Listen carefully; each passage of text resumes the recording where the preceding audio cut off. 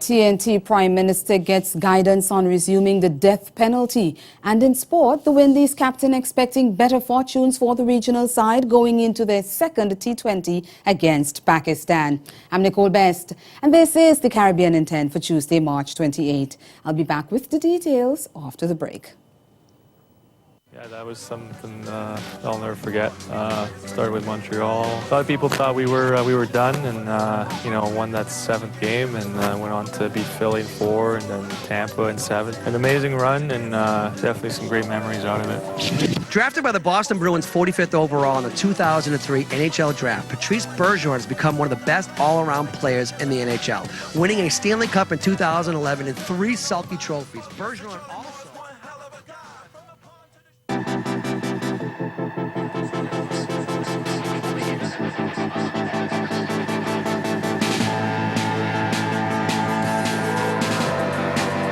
We're here at Surf Snowdonia. This is day 1 of Red Bull Unleashed. What we're doing today is just seeding the round. Basically, the guy that rips the hardest today will be a #1 spot. They need to be fluent and make it look good and critical at the same time, which is really tough.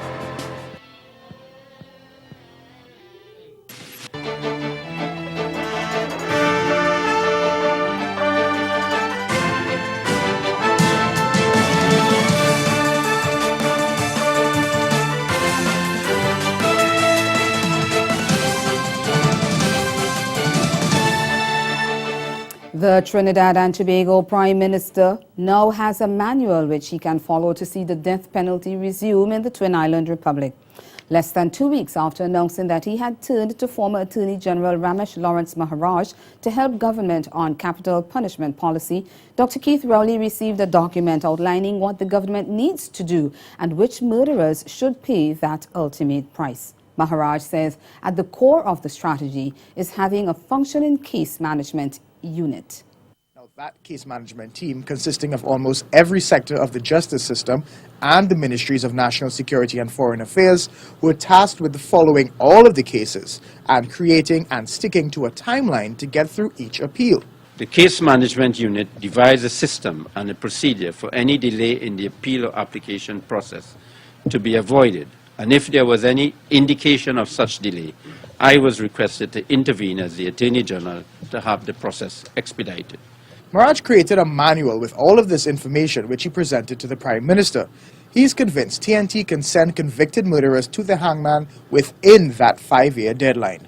Is a plan which has to be implemented by the government, by the ministry responsible.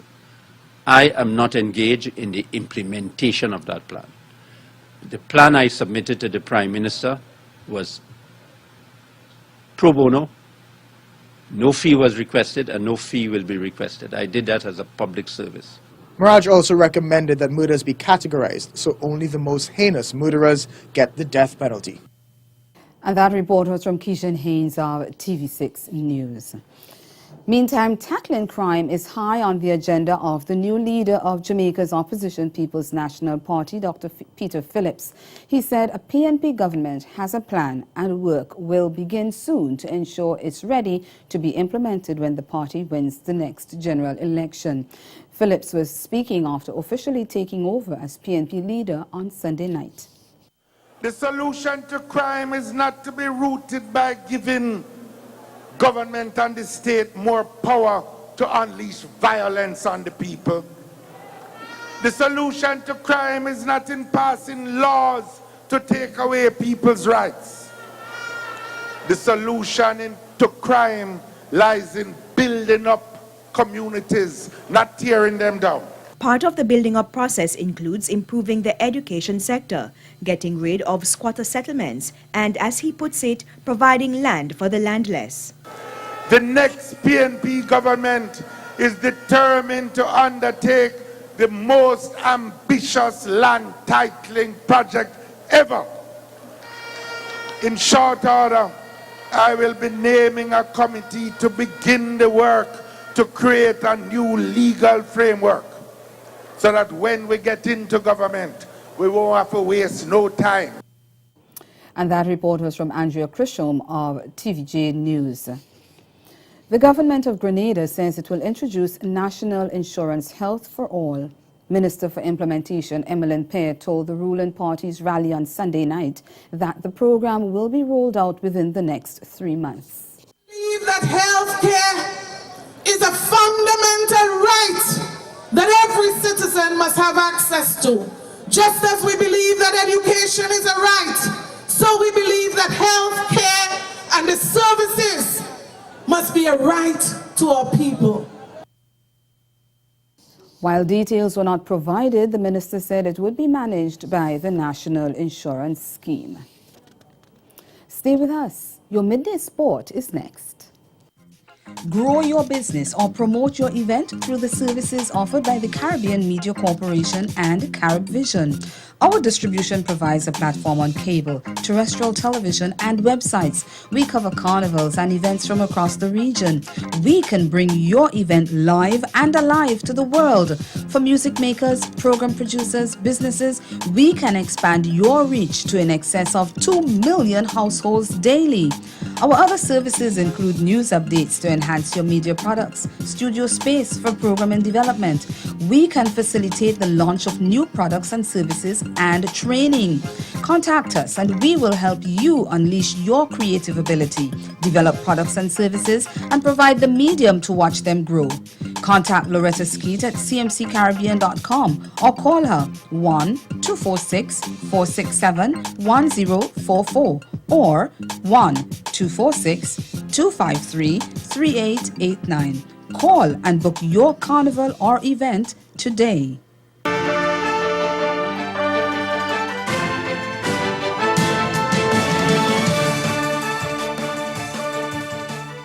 West Indies captain Jason Holder says he expects the Caribbean men to bounce back from their first defeat in their T20 series against Pakistan, now that they have a better idea of the side. The T20 skipper said unfamiliarity with a number of Pakistani players, especially debutant leg spinner Shadab Khan, was principally the reason for the West Indies' 6-wicket loss in the first T20 international on Sunday at Kensington Oval. Khan had a memorable spell of 3 wickets for 7 runs from his allotted 4 overs as the home team was restricted to 118 for 8 before the visitors successfully chased down the target with 17 balls remaining. We need to just sit down and work our plans against their bowlers. Obviously, we're coming up against some guys who we've never played in just a situation of finding out how best to play them and work with the conditions that we have. I felt the wicket today was so slow. If the ball was back in the pitch, it was a little bit more difficult to hit rather than up to the bat. So, bearing that in mind, we just need to find an option when the ball's back in the pitch, whether it be pace or spin, and we know how to counteract their plans. Holder ruled out the pitch being a factor in the poor batting display. Well, it's clear we didn't bat well. We started off with a run-out, which gave them momentum. It was a pretty good piece of fielding. We never really recovered from there. It was a situation in the middle where we had to consolidate, build a partnership, and you try to do that with Sunil and Pollard, the last probably recognized partnership there. And then Carlos came in and obviously joined Pollard and played a good knock. But we were always struggling in terms of wickets. We lost wickets at crucial stages and we never were able to lay a platform to blast. And later on, when we come back with Caribbean Newsline this evening at 6:30, Trinidad and Tobago will be looking to use the momentum they gained from their victory last Friday against Panama to put up a fierce challenge. We'll tell you more in Caribbean Newsline at 6:30. Do join us then. Have yourselves a good afternoon.